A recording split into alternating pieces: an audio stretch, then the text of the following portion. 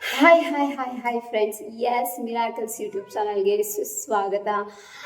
I hope ಎಲ್ಲರೂ ಕೂಡ ತುಂಬ ಪಾಸಿಟಿವ್ ಆಗಿದ್ದೀರಾ ಆ್ಯಂಡ್ ಚೆನ್ನಾಗಿದ್ದೀರಾ. ನಾನು ಕೂಡ ತುಂಬಾನೇ ಚೆನ್ನಾಗಿದ್ದೀನಿ. ನಾನು ಇವತ್ತು ಮಾತಾಡಕ್ಕೆ ಬಂದಿರೋದು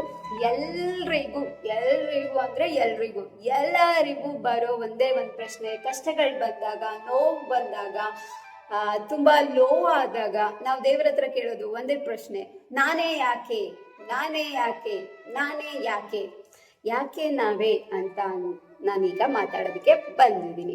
ಯಾಕೆ ನಾವೇ ಅಂದರೆ, ದೇವ್ರಿಗೆ ಗೊತ್ತು ಈ ನೋವನ್ನ ಇವ್ರಿಗೆ ಕೊಟ್ಟರೆ ಇವ್ರು ಸಹಿಸ್ಕೊತಾರೆ, ಇವ್ರು ಈ ಲೆಸನ್ನ ಕಲಿಯೋದಕ್ಕೆ ಪಾಸಿಬಲ್ ಇದ್ದಾರೆ. ಯಾವುದೇ ಒಂದು ನೋವು ನಮಗೆ ಬಂತು ಅಂದ್ರೂ ದಯವಿಟ್ಟು ಅದನ್ನು ನೋವಾಗಿ ತೊಗೊಬೇಡಿ, ಅದನ್ನ ಒಂದು ಲೆಸನ್ ಅಂತ ಅಂದ್ಕೊಳ್ಳಿ ಅಂತ ನಾನು ಹೇಳೋದಕ್ಕೆ ಇಷ್ಟಪಡ್ತೀನಿ. ಯಾಕೆ ಅಂತಂದರೆ ಖಂಡಿತವಾಗ್ಲೂ ಅದು ಲೆಸನ್ನು. ಒಂದು ಸೋಲ್ ನಮ್ಮ ಜೊತೆ ಬಂದಿದೆ ಅಂದರೆ ಅದಕ್ಕೊಂದು ಕಾರ್ಮಿಕ್ ರಿಲೇಷನ್ಶಿಪ್ ಆಗಿರುತ್ತೆ. ಒಂದು ನಮಗೆ ಒಳ್ಳೆ ಪಾಠ ಕಲಿಸಿ ಹೋಗೋದಕ್ಕೆ ಬಂದಿರುತ್ತೆ. ಎಲ್ವಾ ನಮಗೆ ಇನ್ನೊಂದು ಪಾಠ, ಕೆಟ್ಟ ಪಾಠನ ಕಲಿಸಿ ಕೆಟ್ಟ ಪಾಠದಿಂದ ನಾವು ಏನೋ ಒಂದು ಲೆಸನ್ನ ಕಲಿಯೋ ಥರ ಮಾಡಿ ಹೋಗೋದಕ್ಕೆ ಬಂದಿರುತ್ತೆ. ಅದು ಹಸ್ಬೆಂಡ್ ಆಗಿರ್ಬೋದು, ವೈಫ್ ಥರ ಬಂದಿರ್ಬೋದು, ಚಿಲ್ಡ್ರನ್ಸ್ ಥರ ಬಂದಿರ್ಬೋದು, ಆ್ಯಂಡ್ ಪೇರೆಂಟ್ಸ್ ಥರ ಬಂದಿರ್ಬೋದು, ರಿಲೇಟಿವ್ಸ್ ಥರ ಬಂದಿರ್ಬೋದು, ಫ್ರೆಂಡ್ಸ್ ಥರ, ಕೊಲೀಗ್ಸ್ ಥರ, ಅಕ್ಕಪಕ್ಕದ ಮನೆಯವ್ರ ಥರ, ಎಲ್ಲೆಲ್ಲೋ ಸಿಗ್ಬೋದು, ಯಾವ ಥರ ಕೂಡ ಆಗಿರ್ಬೋದು. ಸೊ ಎಲ್ಲ ಕೂಡ ಒಂದು ಕಾರ್ಮಿಕ್ ರಿಲೇಷನ್ಶಿಪ್ ಆಗಿರುತ್ತೆ. ಯಾರೋ ಒಬ್ರು ಒಳ್ಳೆ ಲೆಸನ್ನ ಕಲಿಸ್ಬೋದು, ಯಾರೋ ಒಬ್ರು ಕೆಟ್ಟ ಲೆಸನ್ನ ಕಲಿಸ್ಬೋದು. ಸೊ ಕೆಟ್ಟ ಲೆಸನ್ನ ಕಲಿಸಿದಾಗ, ಒಳ್ಳೆ ಲೆಸನ್ನ ನಮ್ಗೆ ಕಲಿತಾಗ ಅಥವಾ ಒಳ್ಳೆ ಸೋಲ್ ಸಿಕ್ಕಿದಾಗ ನಾವು ಯಾವತ್ತೂ ದೇವ್ರ ಹತ್ರ ಕೇಳಿರಲ್ಲ ಯಾವ ಕ್ವಶನ್ನ, ಯಾಕೆ ನಾನೇ ಅನ್ನೋದನ್ನು ನಾವು ಕೇಳಲ್ಲ. ನಾವು ಕೇಳೋದು ಯಾವಾಗ ನಮಗೆ ಆ ಸೋಲಿಂದ ಕೆಟ್ಟದ್ದಾಗಿದೆ, ಸೊ ಆ ನೋವನ್ನ ನಮಗೆ ಬರ್ಸೋಕ್ಕಾಗ್ತಾ ಇಲ್ಲ ಅಂತ ಟೈಮಲ್ಲಿ ಮಾತ್ರ ನಾವು ದೇವ್ರ ಹತ್ರ ಹೋಗ್ತೀವಿ, ಕೇಳ್ತೀವಿ ಯಾಕೆ ನಾನೇ. ಯೂನಿವರ್ಸ್ ಹತ್ರ ಹೋಗ್ತೀವಿ, ಕೇಳ್ತೀವಿ ಯಾಕೆ ನಾನೇ, ಯಾಕೆ ನೀನೇ ಅಂದರೆ ನಿನ್ನ ಕರ್ಮ ನಿನ್ನ ಬೆನ್ನ ಹಿಂದೆ ಇತ್ತು, ಅದಕ್ಕೋಸ್ಕರ ನೀನೇ. ಅಂದರೆ ನಾವು ಮಾಡಿರುವಂಥ ಕರ್ಮ ಏನಿರುತ್ತೆ, ಸೊ ಅದು ನಮ್ಮ ಬೆನ್ನ ಹಿಂದೆ ಇರುತ್ತೆ. ಅದರಿಂದಾಗಿ ನಮಗೆ ಆ ಕಾರ್ಮಿಕ್ ರಿಲೇಷನ್ಶಿಪ್ಪಲ್ಲಿ ನಾನೀಗ ಕೆಟ್ಟ ವ್ಯಕ್ತಿಗಳು ಬಂದು ನಮಗೆ, ಅಥವಾ ಕೆಟ್ಟ ಸೋಲ್ ಅಂದರೆ ಅದು ಸೋಲ್ ಎಲ್ಲರಿಗೂ ಕೆಟ್ಟದಾಗಿರಲ್ಲ, ನಮಗೆ ಮಾತ್ರ ಕೆಟ್ಟದಾಗಿರುತ್ತೆ. ಕೆಲವು ಸಲ ಎಲ್ಲರಿಗೂ ಕೆಟ್ಟದಾಗಿರ್ಬೋದು, ಬಿಕಾಸ್ ಆ ಸೋಲ್ ಬಂದಿರೋದೇ ಹಾಗಾಗಿರ್ಬೋದು, ಗೊತ್ತಿಲ್ಲ. ಆ ಸೋಲ್ ಬಂದು ನಮಗೆ ಕೆಟ್ಟ ಪಾಠನ ಕಲಿಸ್ತಾ ಇರಬೇಕಾದ್ರೆ ನಮಗೆ ನೋವಾಗ್ತಾ ಇರುತ್ತೆ. ಸೊ ಏನೇನು ಉದ್ದೇಶಕ್ಕೆ ಅಂತ ಹೇಳ್ಬಿಡ್ತೀನಿ. ಒಂದು, ದೇವರ ಉದ್ದೇಶ ಬಂದ್ಬಿಟ್ಟು ನಮ್ಮನ್ನ ಏನೋ ಒಂದಕ್ಕೆ ಪ್ರಿಪೇರ್ ಮಾಡ್ತಾ ಇರ್ತಾರೆ, ಏನೋ ಒಂದು ಸ್ಟ್ರಾಂಗು. ಈ ಚಿಕ್ಕ ನೋವನ್ನೆಲ್ಲ ನೀನು ಅರ್ಥಕೊಂಡು ಸ್ಟ್ರಾಂಗ್ ಆಗ್ತಾ ಹೋಗ್ತಾ ಇದೆಯಾ ಅಂತಂದರೆ ಮುಂದೆ ನೀನೇನೋ ಒಂದು ಅಚೀವ್ ಮಾಡೋದಕ್ಕೆ ನಿನ್ನನ್ನು ದೇವ್ರು ಕರ್ಕೊಂಡು ಹೋಗ್ತಾ ಇದ್ದಾರೆ ಅಂತ ಅರ್ಥ. ಒಂದು. ಇನ್ನೊಂದು ಏನಪ್ಪ ಅಂತಂದರೆ, ದೇವರಿಗೆ ನೀನು ಅಂದರೆ ತುಂಬ ಇಷ್ಟ ಆಗಿರುತ್ತೆ. ಅದಕ್ಕಾಗಿ ವೆರಿ ಫಸ್ಟ್ ನಿನ್ನಿಂದ ಬಸ್ಸನ್ನ ಕಿತ್ಕೋತಾರೆ, ನಿನ್ನಿಂದ ಹೆಲ್ತ್ನ ಕಿಸ್ಕೊಳ್ತಾರೆ, ದುಡ್ಡನ್ನ ಕಸ್ಕೊಂತಾರೆ ಅಥವಾ ಇಸ್ಕೊಂತಾರೆ. ಫೈನಲಿ ನಿಮ್ಮ ಹತ್ರ ಏನೂ ಇರಲ್ಲ, ಯಾವ ಬಾಂಡಿಂಗ್, ಯಾವ ರಿಲೇಷನ್ಶಿಪ್, ಯಾವ ಅಟ್ಯಾಚ್ಮೆಂಟ್, ಯಾವ ದುಡ್ಡು, ಮನೆ ಏನೂ ಇರಲ್ಲ. ಆಗ ನೀವೇನು ಮಾಡ್ತೀರಾ, ಹೋಗಿ ದೇವರೇ ನೀನೇ ಎಲ್ಲ ಅಂತ ಶರಣಾಗ್ತೀರಾ. ಸೊ ಒಂದು ಸತಿ ನೀವು ಮನಸಾರೆ ದೇವರಿಗೆ ಶರಣಾಗ್ಬಿಟ್ರಿ ಅಂತ ಅಂದರೆ ಎಲ್ಲ ಮತ್ತೆ ವಾಪಸ್ ನಿಮಗೆ ಅಂತ ನೀವು ಅಂದ್ಕೊಂಡ್ಬಿಡಿ.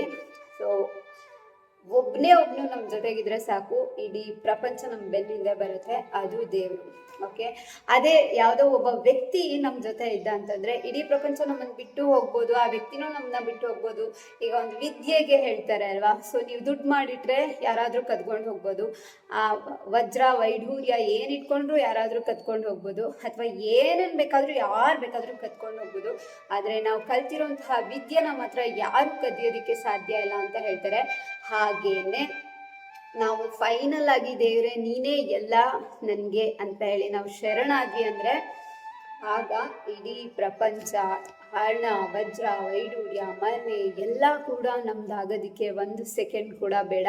ಸೊ ಹಾಗಾಗಿ ನಾನು ಎಲ್ರಿಗೂ ಹೇಳ್ತೀನಿ, ವೈ ಮೀ ಅನ್ನೋ ಪ್ರಶ್ನೆನ ಬಿಟ್ಬಿಟ್ಟು ನಾನು ಇಲ್ಲಿ ಏನು ಕಲಿಬೇಕು, ಈ ಒಂದು ರಿಲೇಷನ್ಶಿಪ್ಪಲ್ಲಿ ನಂಗೆ ಪೇಯ್ನ್ ಆಗ್ತಾ ಇದೆ ಅಂದರೆ ನಾನು ಇಲ್ಲಿ ಏನು ಕಲಿಯೋಕ್ಕೆ ಬಂದಿದ್ದೀನಿ, ಕಲ್ತ್ಕೊಂಡು ಹೊರಗಡೆ ಬನ್ನಿ. ಕಲ್ತ್ಕೊಂಡೇ ಹೊರಗಡೆ ಬಂದ್ರಿ ಅಂದರೆ ಮತ್ತೆ ಸಿಗುವಂತಹ ವ್ಯಕ್ತಿ ಕೂಡ, ಅಥವಾ ಯಾವ ರಿಲೇಷನ್ಶಿಪ್ ಬಂದರು, ಅದು ಹಸ್ಬೆಂಡ್ ಆ್ಯಂಡ್ ವೈಫ್ ರಿಲೇಷನ್ಶಿಪ್ ಅಂತಲ್ಲ, ಮತ್ತೆ ಸಿಗೋ ವ್ಯಕ್ತಿ ಕೂಡ ನಿಮ್ಗೆ ಆ ಲೆಸನ್ನ ಕಲ್ಸಕ್ಕೇನೆ ಬಂದಿರ್ತಾರೆ. ಯಾಕೆಂದರೆ ಈ ಜನ್ಮದಲ್ಲಿ ನಿಮ್ಮ ಸೋಲ್ ಪರ್ಪಸ್ಸೇ ಆಗಿರುತ್ತೆ, ಆ ಲೆಸನ್ನ ನೀವು ಕಲಿಬೇಕು, ಮುಂದೆ ನೀವೇನೋ ಒಂದು ಅಚೀವ್ ಮಾಡಬೇಕು ಅಂತ.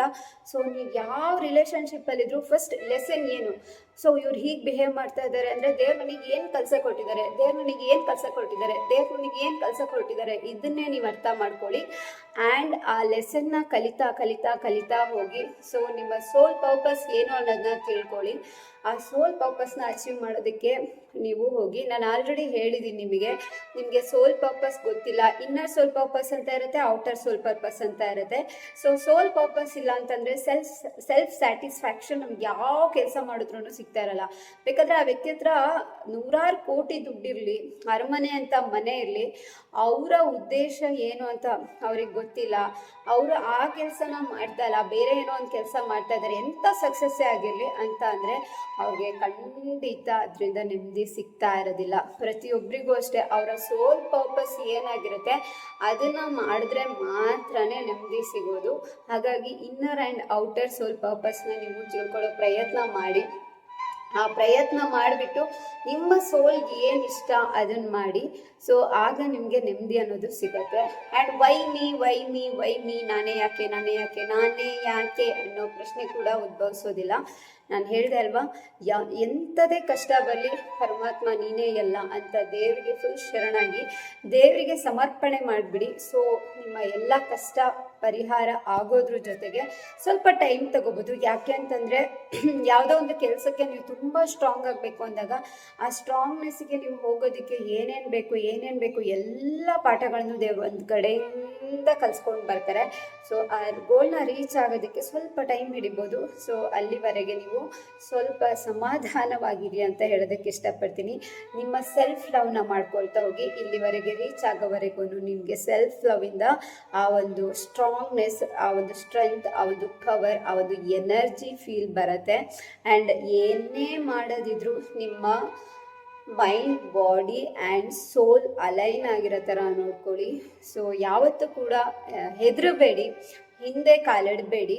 ಸೊ ನಾವು ಹೆದರೋದಕ್ಕಲ್ಲ, ನಾವು ಹುಟ್ಟಿರೋದೇ ಧೈರ್ಯವಾಗಿ ಮುಂದೆ ನಡೆಯೋದಕ್ಕೆ. ಹೆದರಿ ಅಲ್ಲೇ ನಮ್ಮ ಜೀವನನ ನಾವು ಎಂಡ್ ಮಾಡ್ಕೊಂಡ್ಬಿಟ್ವಿ ಅಂತಂದರೆ ಮುಂದಿನ ಜನ್ಮದಲ್ಲಿ ಮತ್ತೆ ನಮಗೆ ಇದೇ ಕರ್ಮನೇ, ಇದೇ ಪಾಪನೇ ಬರೋದು, ಖಂಡಿತ ಬೇರೆ ಅಲ್ಲ. ಅದ್ರ ಜೊತೆ ಈಗ ನಾವು ಜೀವ ತೆಕ್ಕೊಂಡಿರೋ ಇನ್ನೊಂದು ಪಾಪ ಕೂಡ ನಮ್ಮ ಜೊತೆ ಆ್ಯಡ್ ಆಗಿಬಿಡುತ್ತೆ. ಸೊ ಆಗೇನಾಗುತ್ತೆ, ನಮಗೆ ಫೇಸ್ ಮಾಡೋಕ್ಕಾಗೋದಿಲ್ಲ. ಸೊ ಈ ಜನ್ಮದಲ್ಲಿ ಹುಟ್ಟಿದ್ದೀರಾ ಅಂದರೆ ಈ ಜನ್ಮದ ಪಾಪಗಳೆಲ್ಲವನ್ನು ಕೂಡ ಈ ಜನ್ಮದಲ್ಲಿ ಏನು ಕಲಿಯಕ್ಕೆ ಬಂದಿದ್ದೀರಾ ಅದೆಲ್ಲದನ್ನು ಕೂಡ ಕಲ್ತ್ಕೊಂಡು ಆಮೇಲೆ ಇಲ್ಲಿಂದ ಹೋಗೋ ಪ್ರಯತ್ನನ ಮಾಡಿ. ಅಲ್ಲಿವರೆಗೂ ಅಂಥ ನಿರ್ಧಾರಗಳನ್ನು ತಗೊಳಕ್ಕೆ ಹೋಗಬೇಡಿ ಅಂತ ಹೇಳೋದಕ್ಕೆ ಇಷ್ಟಪಡ್ತೀನಿ. ಸೊ ಸೋಲ್ ಪರ್ಪಸ್ನ ತಿಳ್ಕೊಂಡು ಏನೇ ಕಷ್ಟ ಬರಲಿ, ಇಲ್ಲೇನು ಲೆಸನ್ ಕಲಿಯೋಕ್ಕೆ ಬಂದಿದ್ದೀನಿ ನಾನು, ಏನು ಲೆಸನ್ ಕಲಿಯೋದಕ್ಕೆ ನಾನು ಬಂದಿದ್ದೀನಿ ಅಂತ ಕೇಳಿ ಲೆಸನ್ನ ಕಲೀರಿ. ಸೊ ಅದನ್ನು ನೀವೇನು ಮಾಡಬೇಕು ಅಂತ ಅಂದರೆ ಯಾಕೆ ಅಂತ ನೀವು ಯೋಚನೆ ಮಾಡಿ ಅದನ್ನು ಒಂದು ಡಿಸ್ಕ್ರೈಬ್ ಮಾಡ್ಕೋಬೇಕಾಗತ್ತೆ. ಸೊ ಆ ಒಂದು ಪ್ರೋಸೆಸ್ಸಲ್ಲಿ ಎಲ್ಲೂ ಫೇಲ್ ಆಗಬೇಡಿ. ಆ್ಯಂಡ್ ಆ ಪ್ರೋಸೆಸ್ಸಲ್ಲಿ ಯಾವತ್ತು ರಾಂಗ್ ವೇದಲ್ಲಿ ಹೋಗಕ್ಕೆ ಹೋಗಬೇಡಿ, ರೈಟ್ ವೇನೇ ಯಾವಾಗಲೂ ಚೂಸ್ ಮಾಡ್ಕೊಳ್ಳಿ ಅಂತ ಹೇಳೋದಕ್ಕೆ ಇಷ್ಟಪಡ್ತೀನಿ. So thank you so much. S miracles YouTube ಚಾನಲ್ನ ಲೈಕ್ ಮಾಡ್ತಾ ಇರೋದಕ್ಕೆ, ಶೇರ್ ಮಾಡ್ತಾ ಇರೋದಕ್ಕೆ ಮತ್ತು ಸಬ್ಸ್ಕ್ರೈಬ್ ಮಾಡ್ತಾ ಇರೋದಕ್ಕೆ. ಸದಾಕಾಲ ನನಗೆ ಹೀಗೆ ಸಪೋರ್ಟ್ ಮಾಡ್ತಾ ಇರಿ. ಧನ್ಯವಾದಗಳು.